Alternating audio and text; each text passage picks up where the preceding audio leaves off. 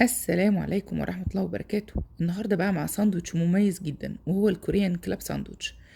يلا بقى هنعمل النهاردة 4 ساندوتشات بطريقة مميزة. يلا نشوف ايه المكونات.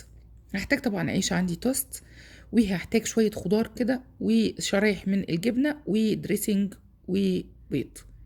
يلا بقى بالتفصيل نشوف هحتاج ايه. هحتاج شرايح من التركي او اي نوع لانشون، جبن برضو تكون بتسيح، اي نوع موجود عندي يكون شرايح، طماطم وخس شرايح رفيعة خالص او ممكن استخدمه زي ما هو. هحتاج بقى عندي للدريسنج بتاعي 4 حاجات: مايونيز وصوص الرانش واي نوع جبنة قابلة للدهن ومستردة. المستردة لو هستخدم ديجون هستخدم منها معلقة صغيرة. يلا بقى يا جماعة نشوف هستخدم ايه كمان النهاردة معايا مميز جدا وعاملينه في البيت، وهو الخيار المخلل. هنزل لكم ان شاء الله الفيديو بتاعه، هو بسيط خالص. هنستخدم كمان معايا النهاردة بيض مقلي. البيض انا قليت كل بيضة لوحدها على حدة عشان تبقى على حجم قطعة التوست بتاعتي.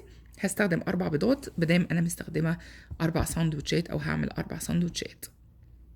يلا نشوف هنعمل ساندوتشين النهاردة ازاي. هنوضب الساندوتشات كده بتاعتنا، العيش بتاعنا التوست نفرده كل 2 فوق بعض، وبعدين نشيل الطبقة اللي فوق لان مش هنستخدمها دلوقتي، هنحتاجها بعد شوية.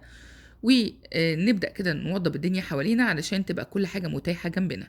أبدأ أول حاجة طبعا أحط على أول طبقة هي معلقة من المايونيز كده على كل واحدة، أوزع الكمية بتساوي ما بين الأربعة، وبعدين أبدأ أفردها كده على كل العيش بتاعي بحيث إن يبقى الطعم موجود على كل ساندوتش. يعني أنا هحاول في كل الدريسنج بتاعي أوزع كويس. تاني حاجة عندي طبعا وهي الجبنة القابلة للدهن. أبدأ كده برضو أوزعها على كل رئة من رئات الساندوتش بحيث إن هي يبقى الطعم في كل قطمة مميز وطعمه جميل. لو مش عارفين نفرد يا جماعة بالمعلقة هنفرد بسكينة أو بأي سباتيولا موجودة عندنا، هيبقى الفرد بيها أسهل للدريسنج بتاعي بتاع الساندوتشات. طيب يا جماعة دلوقتي جه الوقت اني اجيب عندي الخس المتقطع قطع صغيرة. انا هنا قطعت الخس قطع صغيرة علشان بس الاطفال، لكن احنا ممكن لو عندنا الخس العادي بورقته زي ما هو كده احط ورقة كاملة على بعضها زي ما هي، مفيش مشكلة خالص. الخس طبعا من الحاجات المنعشة جدا جدا جدا. احط له بقى حبة دريسنج من الرانش صوص كده علشان يدي طعم للخس ويبقى طعمه جميل. الخس مع الرانش صوص بجد مميز جدا. جه وقت بقى شرايح من الطماطم كده الجميلة. لو الطماطم عندي كبيرة هحط شريحة واحدة كبيرة على كل توستية. لو الطماطم رفيعة أو بلحة كده زي ما بنقول عليها عندنا في مصر، هحط من 2 ل1.5 من شرايح الطماطم. احط برضو فوق الطماطم شويه من الرانش صوص. الرانش صوص ميزته يا جماعه ان هو ولا لاذع قوي ولا مسكر قوي ولا حادق قوي. وقت بقى شرايح من الجبنه، لو عندي جبنه شيدر اللي هي بتاعه البرجر احط منها اي نوع شرايح بتسيح عندي احطها. ونحط بقى البيض المقلي بتاعنا زي ما اتفقنا، عاملين كل بيضه لوحدها علشان تبقى على حجم التوست بالظبط. لو البيضه اتقطعت مني مفيش مشكله، ما تقلقوش، يعني في بيضه انا عندي في الاخر هي اتقطعت مني نصين، مفيش مشكله، حطيتها كده وظبطتها وتمام خالص، لان انا كده كده هقطع الساندوتش في الاخر. نرتب بقى الدنيا حوالينا كده. ويجي وقت بقى الخيار المخلل الجميل. من الطف انواع المخللات واسهلها واسرعها هو الخيار المخلل. حسيتي كده الخيار عندك طعمه غريب شويه كده، ممكن نحوله لخيار مخلل. هنزل لكم الفيديو ان شاء الله. ودلوقتي بقى مع شرايح من اللانشون او التركي او السلامي اي نوع متوفر، وشرايح جبنه بقى من اللي بتسيح عندنا، نحط طبقه تانية. بقيه الدريسنج كله الصوصات اللي موجوده عندي اقلبها كلها على بعضها، المستردة على الجبنه على المايونيز على كله، وعلى شريحه التوست اللي كنا سايبينها على جنب احط، ويلا نقلبها على الجبنه بتاعتنا. بجد بجد طعم الساندوتش ده مميز جدا جدا جدا. لو جربتوه بجد مش هتبطلوا تعملوه. الصغير والكبير هيحبوا جدا جدا جدا. كده خلاص يا جماعه خلصنا كل الدريسنج الموجود عندي.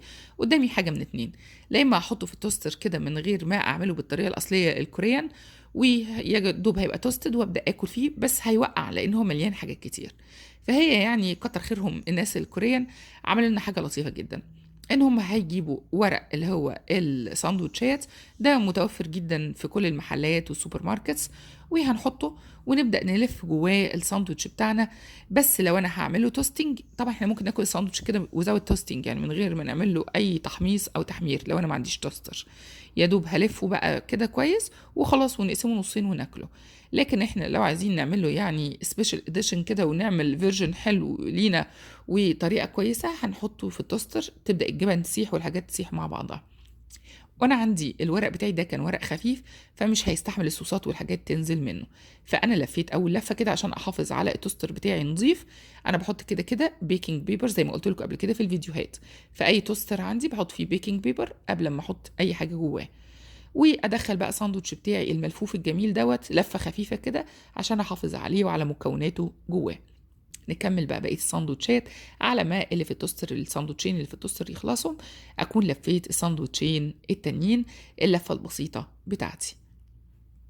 طبعا يا جماعه خلاص التوستر بتاعي كده خلص الساندوتشين. اوعوا تلمسوه بايديكم لان بيبقى الساندوتشات مولعه جدا.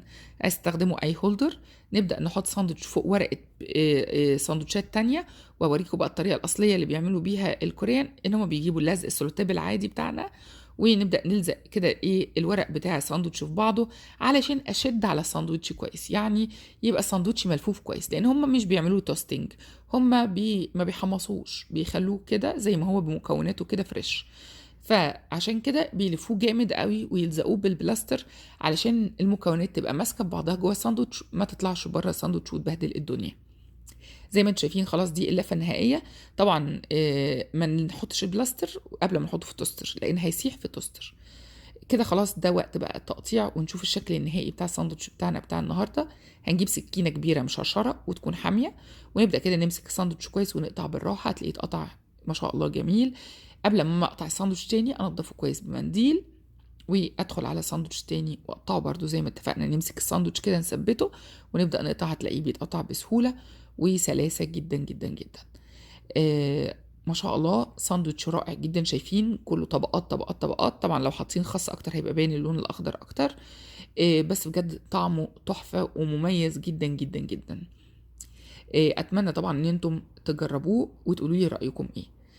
طيب يا جماعة، حد ما عندوش توست هيعمل ايه؟ هنجيب عادي العيش الفينو العادي ونعمل نفس النظام بالظبط والطبقات بتاعته، ونحطه برده في الورق بتاعه ونحطه في التوستر ونطلعه بقى نقفله بالسولوتيب بتاعنا. ويجي وقت التقطيع انا حبيت اوريكم الطريقة التانية بتاعته لو ما عندكمش توست عشان يعني ما نوقفش الدنيا. هنقطع بقى الساندوتش بتاعنا زي ما انتم شايفين كده. بصوا الجمال، طبقات رائعة من كل الألوان الممتعة والطعم الرائع والمميز. نقطع الورق كويس يا جماعة عشان نعرف ناكله كويس ونعرف نمسكه كويس.